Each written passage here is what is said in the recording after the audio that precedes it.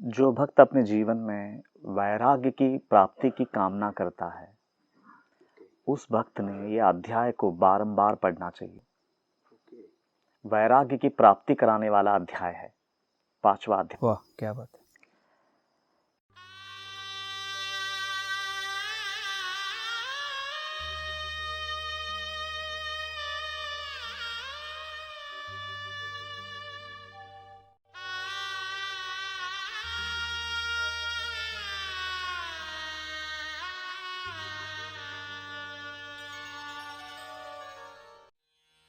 ओम साई राम।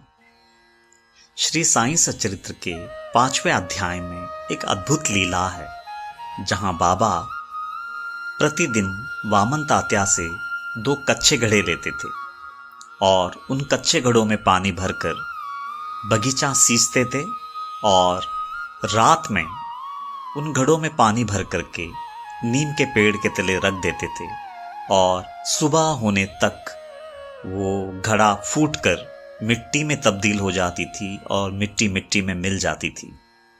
इस तरह ये उपक्रम 3 सालों तक चलता रहा और हर दिन वामन तात्या वो कच्चे घड़े दे दे करके एक दिन बाबा से कहा, बाबा आप ये कच्चे घड़े क्यों लेते हो? मेरे पास अग्नि में जलाए हुए पक्के घड़े हैं, आप उन्हें लीजिए।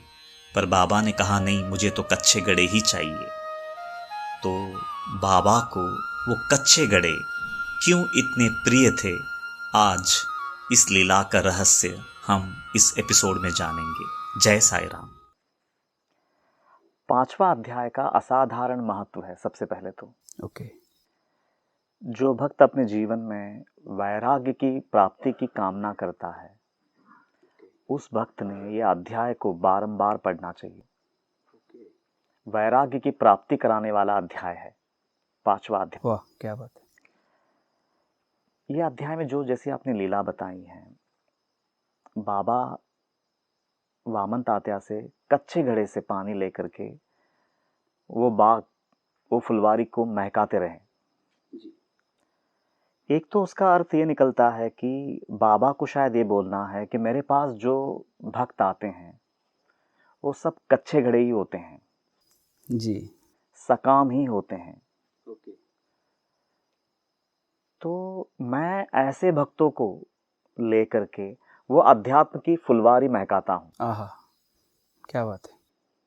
तो एक तो वो अर्थ है उसका, और दूसरा अर्थ अगर ध्यान से देखेंगे तो वामन तात्या से उनको बिना पैसे दिए एवरी डे 2 घड़े लेते थे कच्चे। उसका अगर बहुत गहराई से अगर हम देखेंगे तो वामन तात्या से निःशुल्क सेवा लेते थे। ओके। और शायद पिछले कई जन्मों से वामन तात्या को ये बताया गया था कि निष्काम सेवा का महत्व क्या है, इंपॉर्टेंस क्या है। शायद उन्होंने उसके तरफ कभी ध्यान नहीं दिया, निष्काम सेवा के प्रति उनका रुझान कभी बना ही नहीं।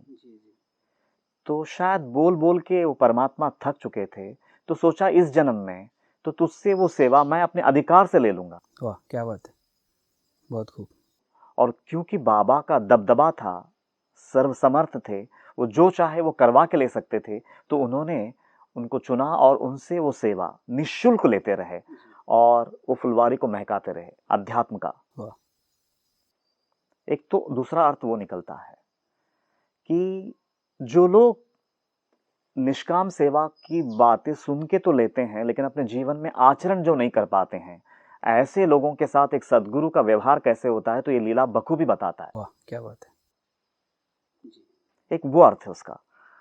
और दूसरा, कच्चे घड़े से पानी भरने के बाद जब वो फुलवारी में वो पानी उंडेल देते थे और फिर कभी कभी वो घड़ों को ले जा करके नीम के पेड़ के नीचे रखते थे, तो वो फूट जाती थी, मतलब क्योंकि वो, हाँ, क्योंकि वो आग में तपाए हुए घड़े नहीं होते थे। तो वो जो उपक्रम है, मतलब वो जो उन्होंने उनसे वो जो गड़े लेते थे, उसके पीछे सबसे बड़ा राज ये है, बाबा को वो गड़ों के के माध्यम से हमको ये समझाना है कि तुम जो अपने जीवन को परमानेंट मानते हो ना, वो परमानेंट नहीं है। वो बिल्कुल वो कच्चे घड़े जैसे हैं, जो आज है शायद कल ना रहे। वाह, तो उसकी स्मृति, उसका एहसास बार बार दिलाना था बाबा को, इसीलिए उन्होंने वो कच्चे घड़े बार बार उनसे लेते थे कि तू अपने जीवन को परमानेंट मत मान, तू अपने जीवन को मैं बहुत लंबा समय जीऊंगा ये भावना से मत जीना, क्या पता कब मौत आ जाए। क्या बात है। तो कच्चे घड़े, तुम एक कच्चे घड़े हो, तुम पक्के नहीं हो, ये बात का एहसास कराना था। और अभी वो एहसास कराने का तरीका भी बहुत भयानक है बाबा का। अगर तुम अनुभव कर चुके हो तो मुझे नहीं मालूम है, लेकिन कभी कभी तो है ना, बिना किसी वजह का मौत का खौफ सताता है, मतलब जी, फॉर नो रीजन। तो ऐसा बार बार बार बार बार बार बार बार वो मौत का एहसास करा करा के ये जिंदगी क्षणभंगुर है, इस बात का एहसास कराते हैं। तो वो भी एक ये कच्चे घड़ों को दर्शाता है। ओके, वाह, और ये अनुभव की बात है। ये अगर अनुभव कर चुके हो तो फिर मैं जो कह रहा हूं बहुत बखूबी समझ सकते हो। तो एक तरफ निष्काम सेवा लेकर के देह बुद्धि को घटा रहे हैं, और दूसरी तरफ मौत का खौफ दे दे करके मैं शरीर नहीं हूं, मैं आत्मा हूं, इसका बोध भी करा रहे हैं। वाह वाह, क्या बात है। तो ये सब इनडायरेक्टली वो लीला में निहित है। तो जीवन के क्षण भंगुरता के साथ साथ ये विघ्न बाधाओं से भी जूझने पे मजबूर करते हैं। और ये सब के पीछे मकसद इतना ही है कि हमारी देह बुद्धि घटे और आत्मा की जागृति बढ़े। वाह, क्या बात है, वाह, मेन मकसद तो वो है। और इस अध्याय को और गहराई से अगर देखेंगे तो सिर्फ एक ही लीला नहीं है इसमें। जैसे फॉर एग्जाम्पल, कच्चा घड़े में मिट्टी है, और जैसे ही उसमें पानी डाला जाएगा, अगर वो तपा हुआ नहीं है तो कुछ देर के बाद वो मिट्टी में कन्वर्ट हो जाएगा, पिघल जाएगा, वो पानी वो मिट्टी को निगल जाएगी। तो इससे ये पता चलता है कि पानी का वर्चस्व मिट्टी पे भारी है। ओहो, और इसी अध्याय में और आगे जाने के बाद एक और लीला आती है, जहां पे बाबा पानी से दिया जलाते हैं। तो वो लीला के माध्यम से ये बता रहे हैं कि अग्नि का महत्व पानी से ज्यादा भारी है, वो सूक्ष्म है और उस पे भारी भी है। क्या बात है, वाह, बहुत खूब। और फिर इसी चरित्र में 37वें अध्याय पे अगर हम जाते हैं तो बाबा एक दिन छोड़ के एक दिन चावड़ी में निवास करने के लिए जाते थे।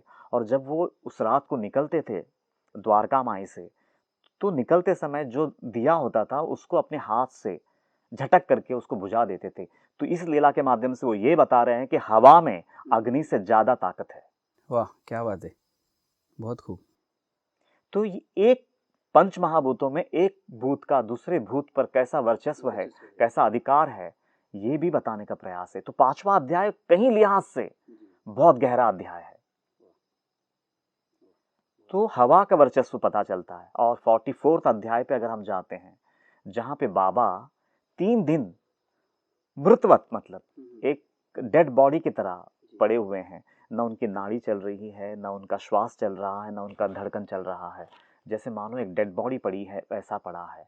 तो वहां पे जहां श्वास का चलन भी नहीं है, वहां आकाश तत्व को बता रहे हैं कि आकाश अभी जिंदा है, 3 दिन के बाद उठ जाते हैं। वो चिदाकाश का अनुभूति में है वो। तो इस तरह से अगर ना अलग अलग अध्यायों में उन्होंने वो तत्व ज्ञान को भी बताने का प्रयास किया है। तो कच्चे घड़े से शुरू होती है, मिट्टी से शुरू होती है और आकाश तत्व तक ये पहुंचती है, मतलब। तो वो लीला सिर्फ वहां तक सीमित नहीं है, वामन तात्या का। वाह वाह, क्या बात है, बहुत खूब। बहुत गहरा उसका अर्थ है, मतलब। तो मिट्टी से शुरू होकर के चिदाकाश तक उसकी यात्रा पहुंचती है। तो असाधारण महत्व है, ऐसा मैं कहूंगा इस लीला का। बहुत ही खूब। इस लीला का सार, पहली सीख, ये तो जग जाहिर है कि पंच महाभूतों से ही ये जग की रचना हुई है। इस लीला में ये बताया गया है कि पृथ्वी से जल ज़्यादा सूक्ष्म, ज़्यादा ताकतवर और ज़्यादा व्यापक है।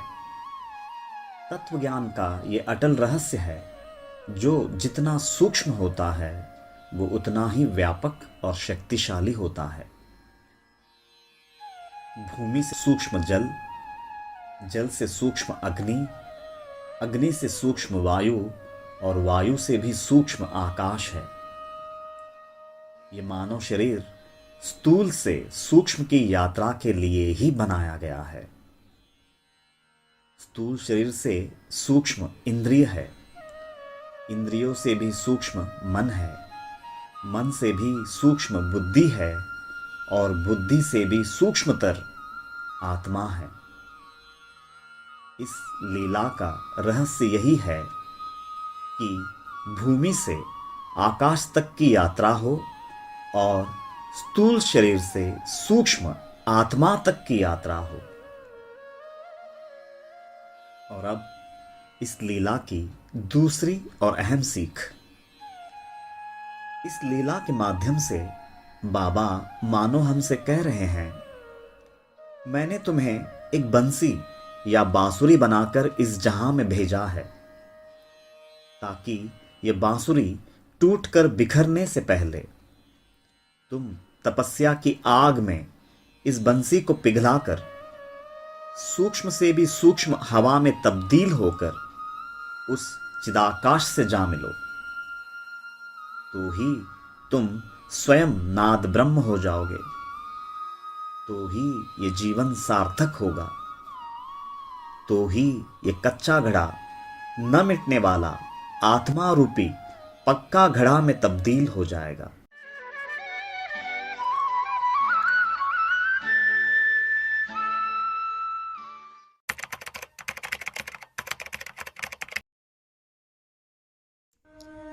मनोहारिणी शापताप निवारिणी अज्ञान नाशिनी मोक्षदायिनी परम कल्याणकारिणी सच्चित आनंद प्रदायिनी अनंत कोटि साई नाथों की जननी साक्षात साई स्वरूपिणी ग्रंथराज श्री साई सच्चरित्र दिव्य ग्रंथ की जय।